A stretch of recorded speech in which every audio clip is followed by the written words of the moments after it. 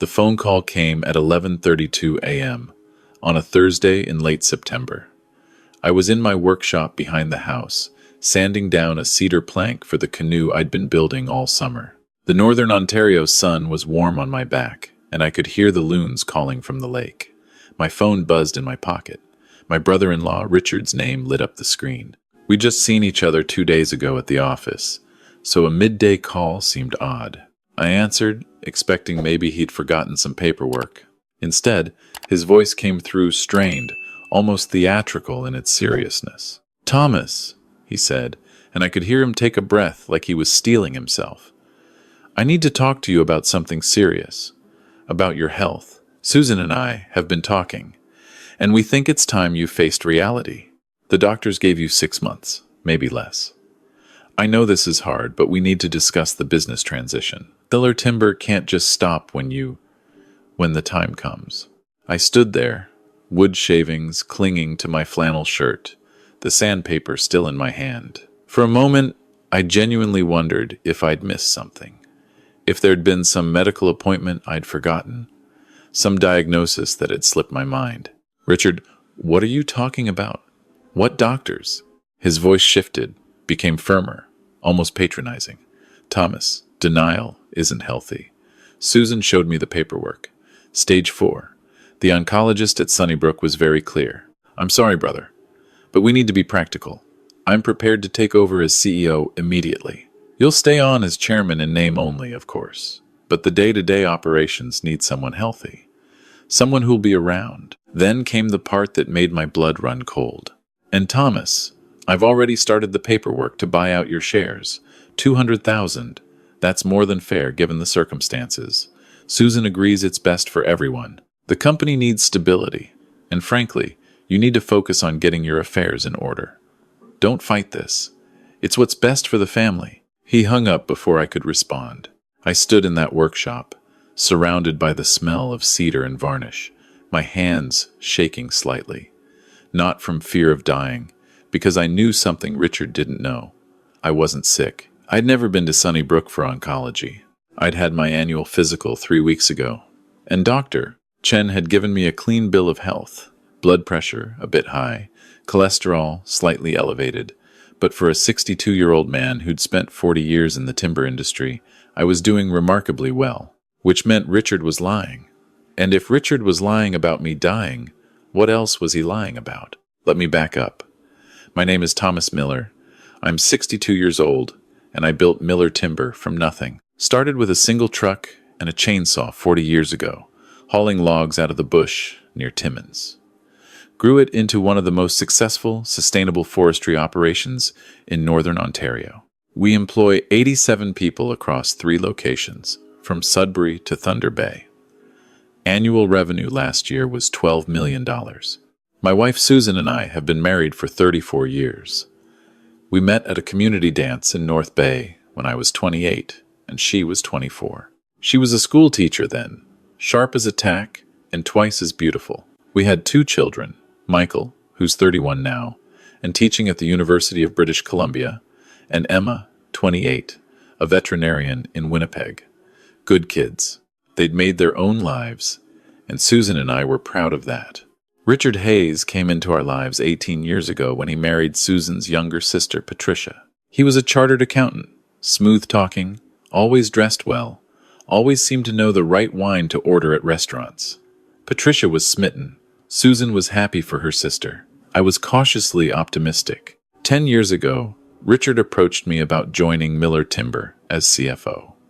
His firm had just gone through layoffs, and he was looking for stability. Against my better judgment, I said yes. Family is family, right? And Susan vouched for him. For the first few years, Richard was excellent. Streamlined our accounting, found tax savings I'd never known existed, negotiated better rates with our suppliers. The company grew. I gave him more responsibility, more autonomy. Eventually, he knew the financial side of Miller Timber better than I did. 5 years ago, I made him co-owner, giving him 25% of the shares. Susan thought it was generous. I thought it was smart, keeping talented people invested in the company's success. My children weren't interested in the timber business, and I needed someone who could help me run things as I got older. That decision, I was realizing as I stood in my workshop with Richard's words still echoing in my ears, might have been the worst mistake of my life. I called Susan immediately. She answered on the second ring, her voice careful, measured in a way that wasn't like her usual warmth. "Thomas, I was just about to call you." "Sue, what's this about me being sick? What doctors? What paperwork?" There was a pause, and when she spoke again, her voice was quieter. "Come home. We need to talk. But Thomas, please don't make this harder than it is. Richard's trying to help. We're all trying to help." I drove home from the workshop, my mind racing. The gravel crunching under my tires on our long driveway sounded too loud, too ominous. Our house sat on 5 acres overlooking Lake Nipissing, a timber frame home I'd built myself over the course of 3 summers, each beam hand-cut and fitted. It had been our dream home. Susan was waiting in the kitchen. She looked tired, older somehow than she had just that morning. On the table in front of her was a folder, official-looking papers visible inside. "Sue, what's going on?" She pushed the folder toward me. "I found these in your desk drawer 3 weeks ago. I wasn't snooping. I was looking for the property tax receipts. And I found them. Thomas, why didn't you tell me?" I opened the folder. Medical documents, or at least they looked medical. Sunnybrook Hospital letterhead. A diagnosis of pancreatic cancer, stage 4, dated 6 months ago. Prognosis, 6 to 12 months. Recommended treatment, palliative care. The signature at the bottom was illegible, some Dr. J. Patterson. My hands went cold. The documents looked real. The letterhead was correct. The medical terminology was accurate. But I'd never seen them before in my life. "Susan, I've never been to Sunnybrook. I've never seen Dr. Patterson. This isn't real." Her eyes filled with tears. "Thomas, please. I know it's scary. I know you're in denial." But Richard explained everything. He said it's common for patients with terminal diagnoses to block it out, to refuse to accept it. He's been so supportive these past few weeks, helping me understand what we're facing. "These past few weeks? You've known about this for 3 weeks and didn't talk to me?" "You weren't ready to talk about it," Richard said, "to give you space, to let you come to terms with it in your own time. But now time's running out, and we need to make plans." I sat down heavily at our kitchen table. The same table where we'd had thousands of meals, where we'd helped our kids with homework, where we'd celebrated anniversaries and birthdays. My wife of 34 years was looking at me like I was already a ghost. "Susan, listen to me carefully. I am not sick. I have never been to Sunnybrook. These documents are fake. I don't know how they were created, but they're not real. Think about it. Have I seemed sick, lost weight, been in pain, anything?" She hesitated, and I could see doubt creeping into her eyes. "Well, no, but Richard said pancreatic cancer can be asymptomatic until the very end. He said you might seem fine and then just deteriorate rapidly." "And you believe Richard over me? Over your own husband? He's family, Thomas. Why would he lie?" That was the question, wasn't it? Why would Richard lie about me dying? And then it hit me, $200,000 for my shares. In a company worth, at current market value, roughly $15 million. My 75% stake was worth over $11 million. Richard was trying to buy me out for $200,000. But he needed me to believe I was dying. Needed Susan to believe it. Needed everyone to believe it so that when I sold my shares for pennies on the dollar, it would seem reasonable. A dying man liquidating assets, not wanting to burden his family with business complications. It was brilliant, in a sociopathic kind of way.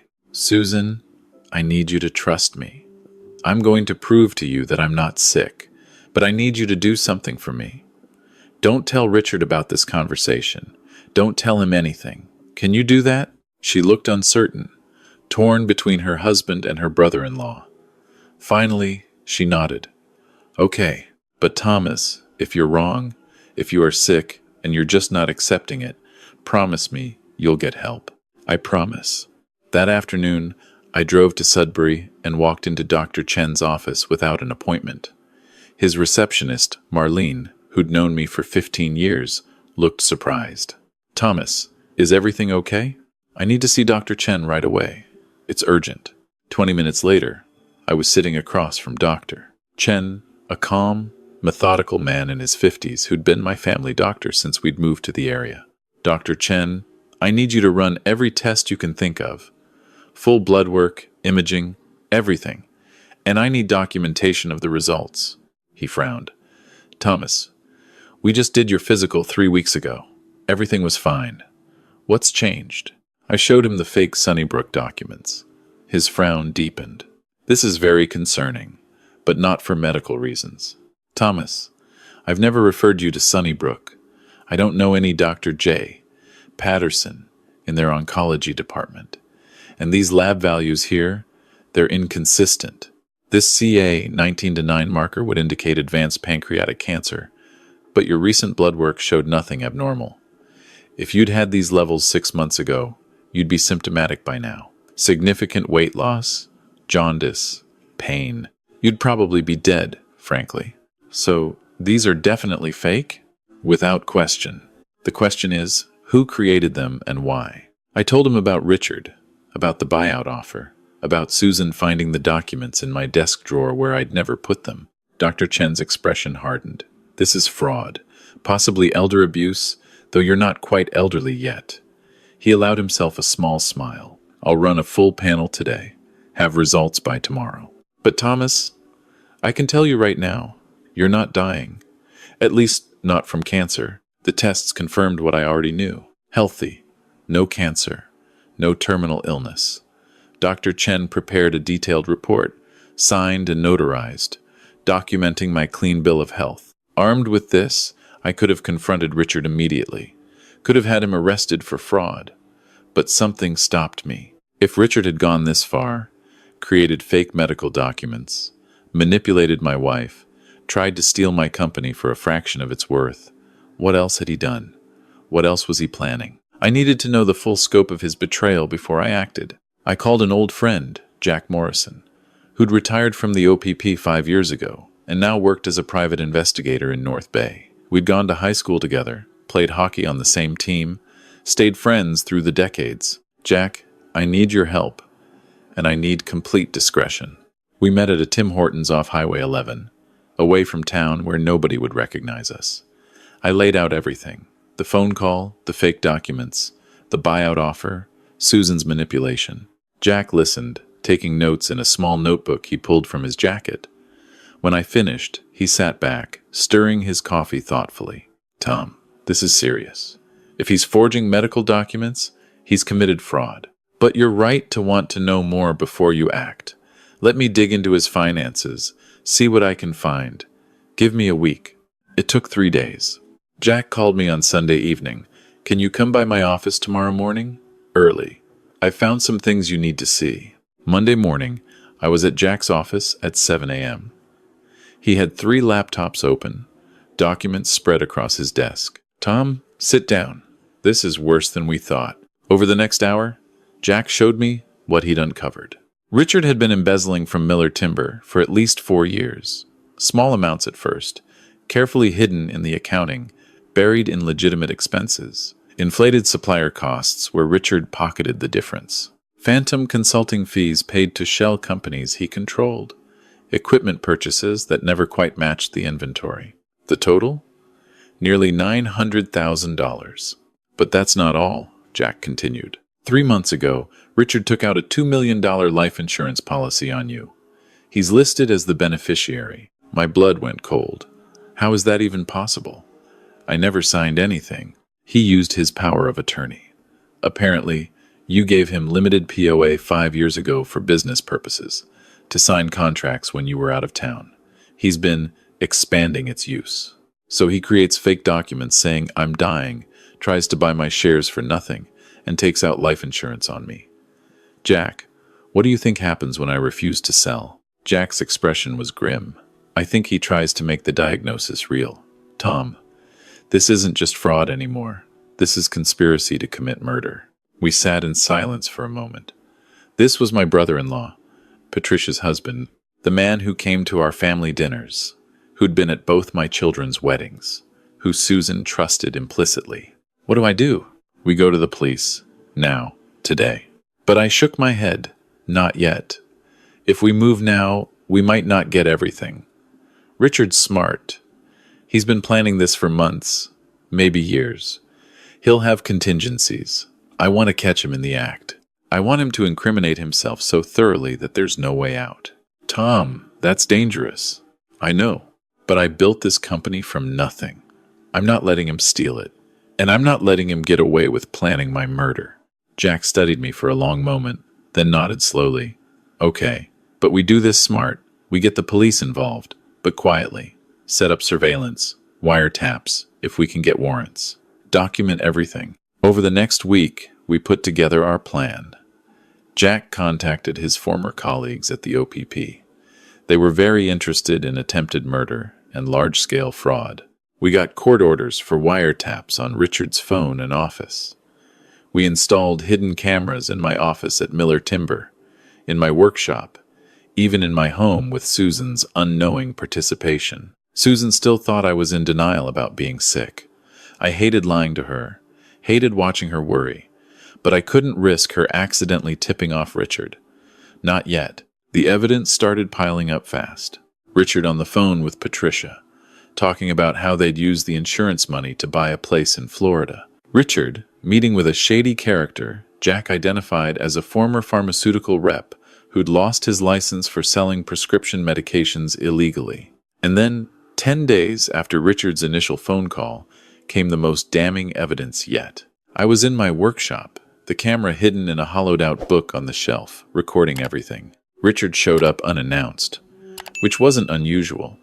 We'd often talked business in the workshop, away from the office. Thomas, we need to talk about the transition plan, he said, settling into the old chair I kept by the workbench. Richard, I've been thinking about that. I'm not ready to sell my shares. I'm not ready to step down. His jaw tightened. Thomas, we've been through this. You're sick. You need to accept reality. I'm not sick. I went to Dr. Chen. He ran every test imaginable. I'm perfectly healthy. For just a moment, I saw something flash in Richard's eyes.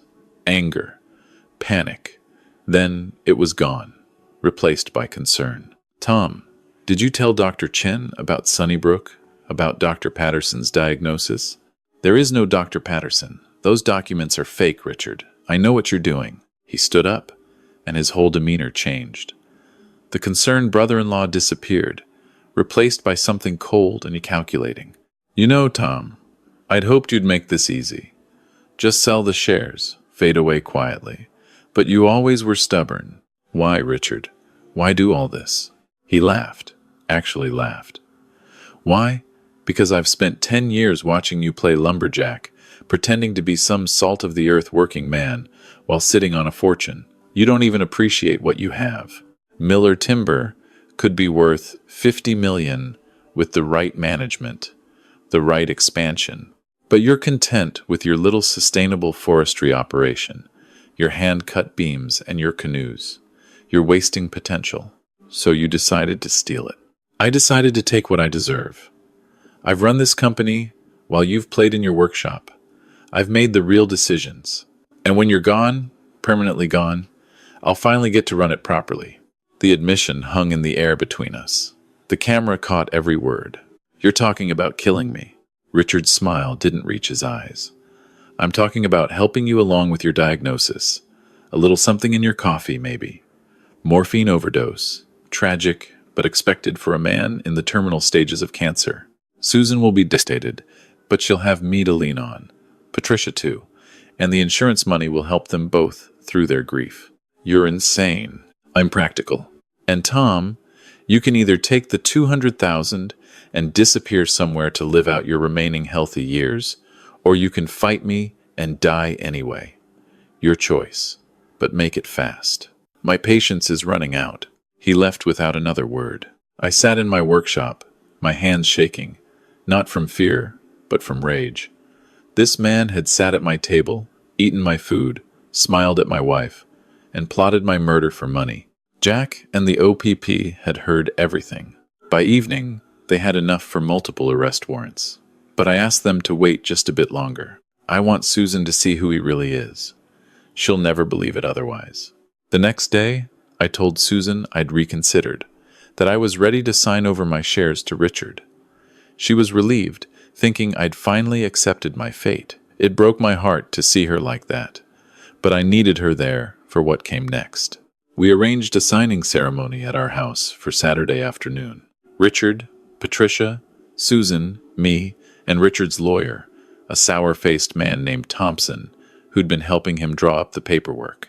What Richard didn't know was that Jack and two OPP detectives were in the next room, recording everything. Richard arrived with champagne. The audacity of it would have been funny if it wasn't so sick. "To new beginnings," he said, pouring glasses for everyone. "Tom, this is the right choice. For everyone." Susan was crying softly, thinking this was her husband's resignation to death. Patricia looked uncomfortable, probably knowing more than she wanted to admit. The documents were spread on our dining room table. $200,000 for 75% of Miller Timber. The biggest theft in Northern Ontario history, about to be finalized. I picked up the pen, held it over the signature line. Then I set it down. "Richard, before I sign, I have a question. Why did you take out a $2 million life insurance policy on me 3 months ago?" The room went silent. Susan's head snapped up. "What?" Richard's face drained of color. "I don't know what you're talking about." "Really? Because I have the documentation right here." I pulled out the policy documents Jack had obtained. $2 million, payable to Richard Hayes upon my death. Signed, using a power of attorney. I gave you for business purposes only. That's fraud, Richard. Patricia stood up. "Richard, what is he talking about?" "And while we're asking questions," I continued, "maybe you can explain these." I pulled out the bank records, showing his embezzlement. $900,000 stolen from Miller Timber over 4 years. Or these.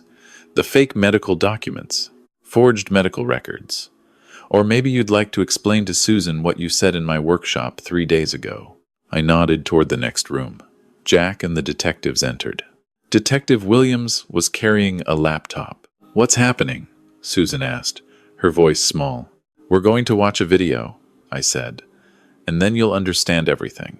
Williams set up the laptop and played the workshop recording. Richard's voice filled the room, cold and clear. "I'm talking about helping you along with your diagnosis. A little something in your coffee, maybe. Morphine overdose.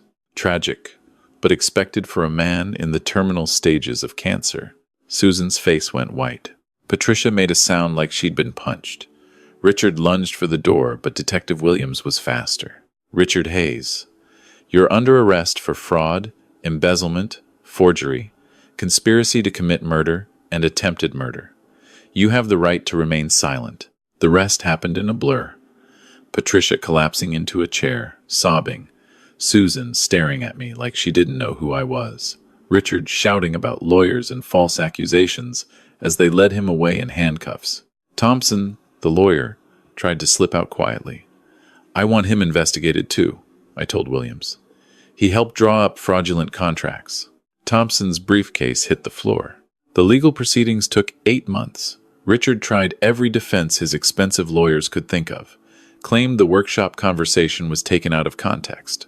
Claimed the embezzlement was just accounting errors. Claimed the life insurance was a legitimate business precaution. But the evidence was overwhelming. Audio recordings, video footage, bank records, forged documents, testimony from the pharmaceutical rep who'd agreed to testify in exchange for immunity. The prosecutor called it one of the most clear-cut cases of attempted murder and fraud she'd seen in 20 years. In the end, Richard pleaded guilty to avoid a longer sentence. He got 12 years in federal prison, was ordered to repay the $900,000 he'd stolen plus penalties, and forfeited any claim to his shares in Miller Timber. His accounting license was permanently revoked. Patricia filed for divorce before the trial even started. She'd known about some of the financial impropriety, but claimed she didn't know about the murder plot. The investigation suggested she was telling the truth. She moved back to Ottawa to live with her elderly mother, devastated and humiliated. Thompson, the lawyer, was disbarred for knowingly participating in fraud. The Professional Misconduct Tribunal was not kind. As for Susan and me, it took time. She was devastated that she'd believed Richard over me, that she'd been so easily manipulated. The fake medical documents had looked so real, and Richard had been so convincing in his concern. We went to counseling, worked through her guilt and my resentment at not being trusted. "I should have known," she said one night. "He was family. You wanted to trust him. That's not a character flaw, Sue. That's being human." Slowly, we rebuilt. Not just our marriage, but our sense of security, our ability to trust. It helped that Michael and Emma came home for extended visits. Having our children around, seeing their support and love, reminded us what family was supposed to be. Miller Timber survived, even thrived. I brought in a new CFO, a woman named Jennifer Park, who came with impeccable references and a reputation for absolute integrity. She helped me install new financial controls, multiple approval requirements, regular third-party audits. It would be much harder for anyone to steal from the company again. We also used some of the recovered embezzled funds to start a foundation. The Northern Ontario Elder Protection Fund provides resources for seniors dealing with financial abuse, fraud, and exploitation. Susan threw herself into the work, channeling her guilt into helping others avoid what she'd almost helped happen to me. Jack Morrison became head of security for Miller Timber. He joked that it was the easiest job he'd ever had since I'd learned to be properly paranoid. 1 year after Richard's sentencing, I was back in my workshop, finally finishing that cedar canoe I'd started building when this all began. Susan came out with 2 cups of coffee, set them on the workbench, and watched me work. "Do you ever regret it?" she asked. "The way we handled things? Letting it play out instead of just confronting him immediately?" I ran my hand over the smooth wood, feeling the grain under my fingers. Sometimes it was dangerous. Could have gone wrong in a dozen ways. But Sue, if we'd just confronted him, he would have denied everything, destroyed evidence, maybe gotten away with it. This way, we got him on everything. The fraud, the embezzlement, the attempted murder. All of it. He was going to kill you. He was. But he didn't, and now he can't hurt anyone else. She was quiet for a moment, then asked the question I knew had been bothering her. "Do you think he ever really cared about us? About family?" I thought about all the dinners, the holidays, the years of smiles and conversations. I think he cared about what we represented, success he wanted for himself, money he thought he deserved. But genuine love? Genuine loyalty? No. Richard only ever cared about Richard. "I'm sorry I didn't trust you." I set down my sandpaper and pulled her close. "You did trust me. Eventually, when it mattered. That's what counts." We stood there in the workshop, the afternoon sun slanting through the windows, the smell of cedar in the air, and I felt something I hadn't felt in months. Safe, secure, home. The canoe was almost finished. I'd take it out on the lake soon, paddle out to where the water was deep and clear, where the loons called and the fish jumped. Susan would come with me, like she always did. We'd survived Richard's betrayal, survived his greed and his violence, and we'd come out stronger. That's the thing about family. Real family. It's not about blood or marriage certificates. It's about trust, about showing up, about choosing each other every day, even when it's hard. Richard was family by marriage, but he stopped being family the moment he chose money over people, the moment he valued his own ambitions over a life. Susan and I, we chose each other. 40 years of choices, some good, some bad, but always choosing to stay, to fight for us. That's what survived Richard's scheme. That's what he could never touch or steal or poison. Sometimes I think about him in prison, 12 years stretching ahead of him. I wonder if he regrets it, if he understands what he threw away. Probably not. Men like Richard don't really change. They just get caught. But me? I learned something valuable. I learned that you can't take trust for granted, even with family. Maybe especially with family. I learned that sometimes the people closest to you are the ones most capable of hurting you. And I learned that when someone shows you who they really are, when they drop the mask and reveal the monster underneath, you have to believe them. Richard showed me who he was in that workshop when he casually discussed murdering me over a cup of coffee. I believed him, and I made sure everyone else believed him too. The canoe is finished now. It sits on the shore, red cedar gleaming in the sunlight, perfectly balanced and ready for the water. I built it myself, every plank and rib, just like I built this life.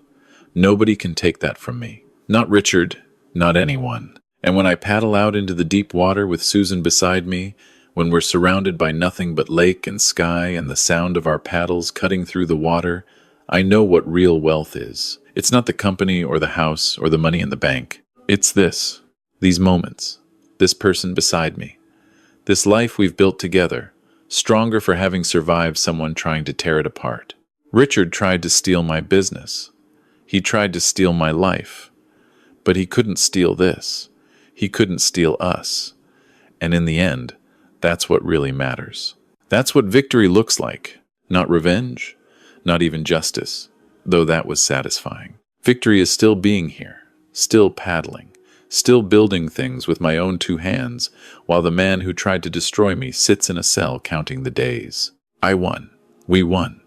And every morning I wake up healthy and free. That victory feels a little sweeter.